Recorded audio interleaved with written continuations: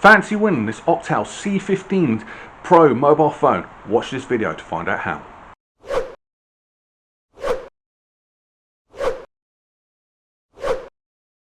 Tron Legacy is a 2010 science fiction action film from Walt Disney. It tells the story of Sam Flynn, who after 20 years receives a message from his missing dad and starts the journey to try and find him. That journey takes him into the Grid, a computer system that is populated by computer programs but also has very dangerous games in them. But the lead program, Clue, has his own agenda. Upon release, the film actually received quite mixed reviews. It was praised for its visual effects and obviously its soundtrack, but it was also criticised for the casting and the cast performances and also the story. So what we are going to talk about today is we're going to log onto the Grid and discuss 10 things that could have made Tron Legacy better. Well, as you're here, why don't you hit that subscribe button, also hit the like button, and also hit the share button. Share it with your mother. That's great. Also, because we are talking about this film in its entirety, there are going to be spoilers throughout this video, so don't derez me if I spoil the film for you. So, the main reason why you're all here, how to win this mobile phone. It's been donated to me by Scott Pinhorn, who did a video where he reviewed 3 phones from Amazon. There's a link to the video up here, and obviously the actual video is being played in the Berry telly. Now, this phone's been used for that review and then was sent straight to me, and there's a competition to actually win this mobile phone. Now, all you have to do is keep an eye out for Scott. He will pop up at some point during this video, and all you have to do is just put the timestamp in the comments. Every entry will get entered into a prize draw. All entries must be in before Monday the 25th of May, and I will do a prize draw live on my Facebook page on Wednesday the 27th of May. So all you have to do is just put a timestamp in that draw, and that's all you have to do. Now, it is only open to residents of the UK, because obviously I've still got to send it, so what have you got to lose? It's not going to cost you any money, so enter in and see what you think. But let's crack on with today's video. Number 10, 3D failure.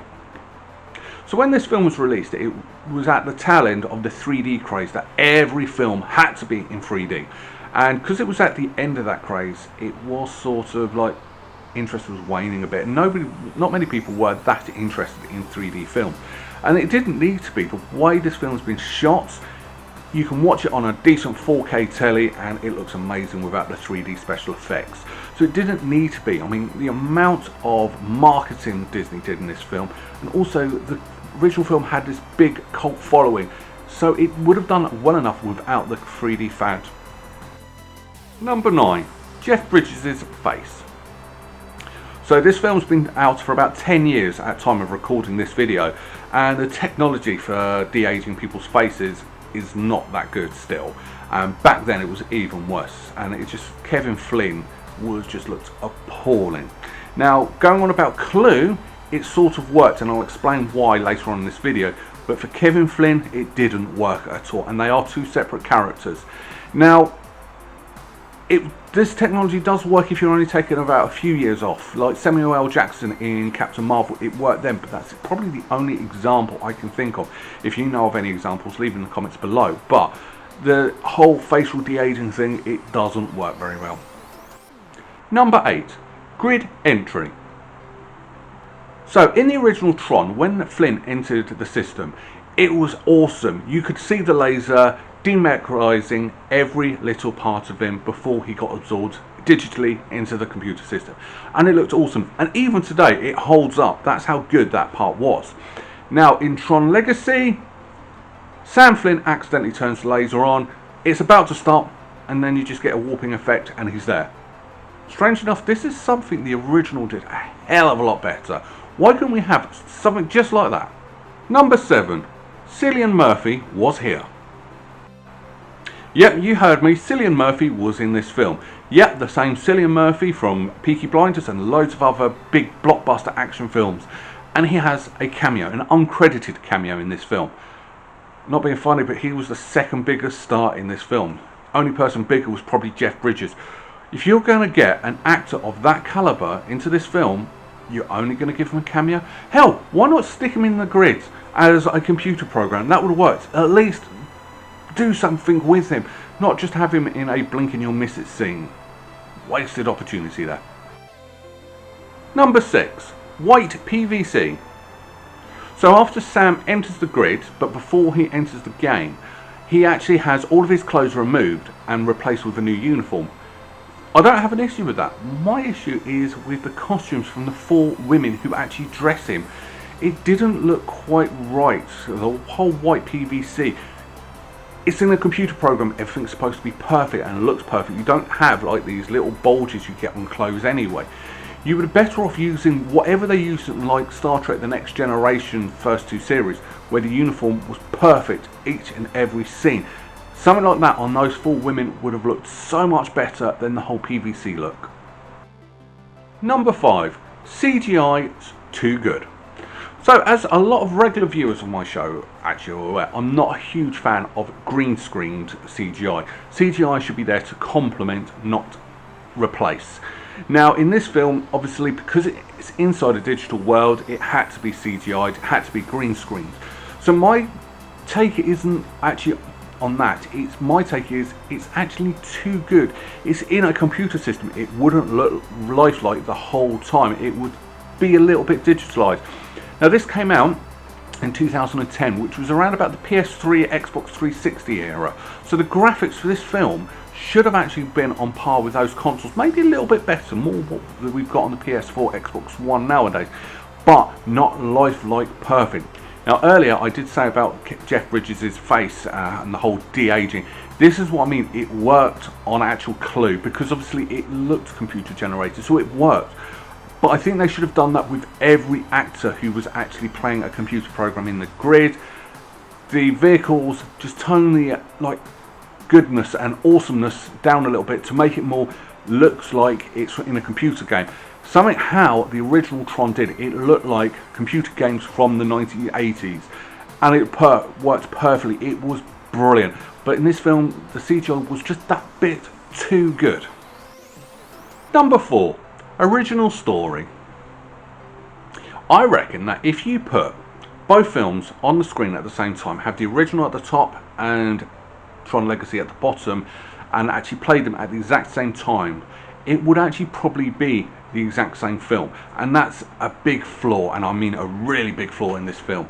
It's not really original. Now, if you want to know what I mean, both films start off with both Flynns hacking into Encom. Both films get tricked into actually entering the computer system. The main story follows 2 men and a woman. Both stories have a journey on a freight train on top of a beam of light. Both films finale take place in front of a beam of light shooting up into the sky. This is from both films. It follows the stories too closely. Now, there are some differences, but they are very slight. Overall, you are just watching the same film again. There isn't actually that much difference between the 2 stories. Number 3, Henchman Tron. So in a film about Tron, the rest of this list is all about Tron. Because let's face it, Tron was missing a lot through this film. Or was he? That's the thing. Tron was relegated to a henchman. He wasn't the primary antagonist. He wasn't even the secondary. He was a glorified henchman. Now, don't get me wrong, he was a cool henchman, and some of the moves he did were awesome, but in a film called Tron, a film named after this character being reduced to a tertiary role, is not what we want. We actually wanted to see a lot more Tron, and with the Tron you gave us, we would have probably loved it. Number 2, Tron Purring. Yep, all the way through this film, Tron purrs like a electronic fax machine. That's the only way I can really describe it. But it was a bit annoying, really annoying actually. Why did he do that? Not actually explained in this film. It's all it's explained. His programming was rewritten, but that was it. Now, I know there are tons of theories out there, but none of them have been officially confirmed, and none of them are actually in this film. And that's what I'm looking for, is an explanation in this film, which this film failed to give us. Now, if you do have your own theory about why Tron was purring all the way through this film, leave them in the comments below, because I would love to hear your theories. I'll probably end up asking tons of questions about your theory as well.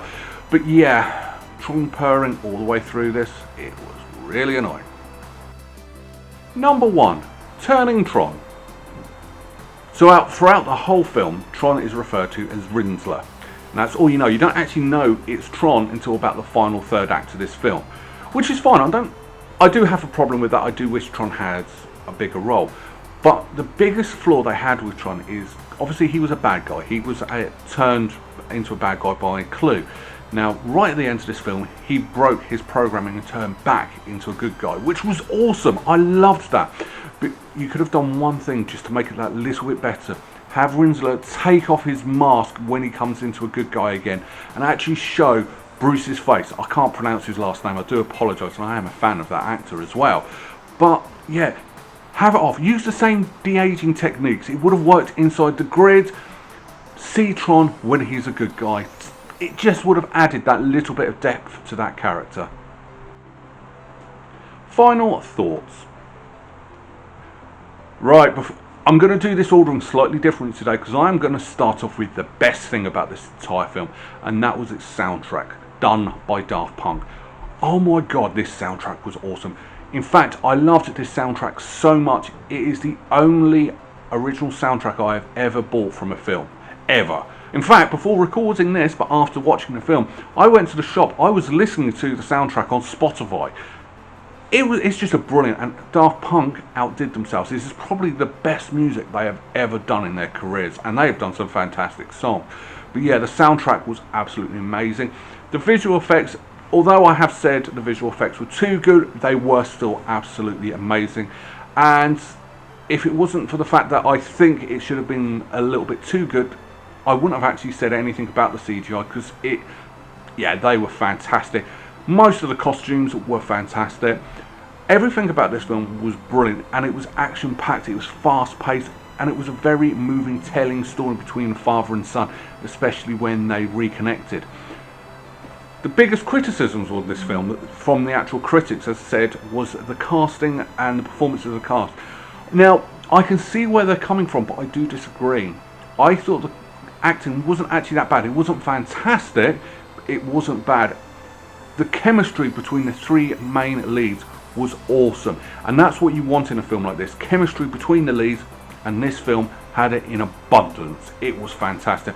And obviously Martin Sheen steals every scene he is in this film, and he is only a secondary character, yet he's acting like the show's about him. Fantastic. Now, the story, yeah, that is the biggest flaw with this. The fact that it's not original, it follows the original too closely, and that is off-putting. That being said, it is a lot more faster paced, and it's a little bit more action-packed compared to the original, but it was still too close, and that's the thing I am going to knock it down for. But overall, this is a really good, enjoyable, fun film to watch. So much so, I'm actually going to give this 8 out of 10 berries. It is a good film. I know critics sort of disliked it, but it did make a lot of money. Fans of the original loved this film. It was fantastic. But what did you think? Did you enjoy this film? Am I being overly nice? And do not say anything bad about the soundtrack. That's off limits, because I will argue with anyone who says the soundtrack is bad for this film. But yeah, what are your thoughts? Leave them in the comments below. And also, did you see my friend Scott put the timestamp in the comments below to try and win this mobile phone here? But other than that, thank you very much for your time, and I'll look forward to seeing you next week when I'm doing a film that's completely different from any film I've done, because it's been requested by my girlfriend's daughter. What have I let myself in for? So I look forward to seeing you next week, next Sunday, 6 PM. Bye bye.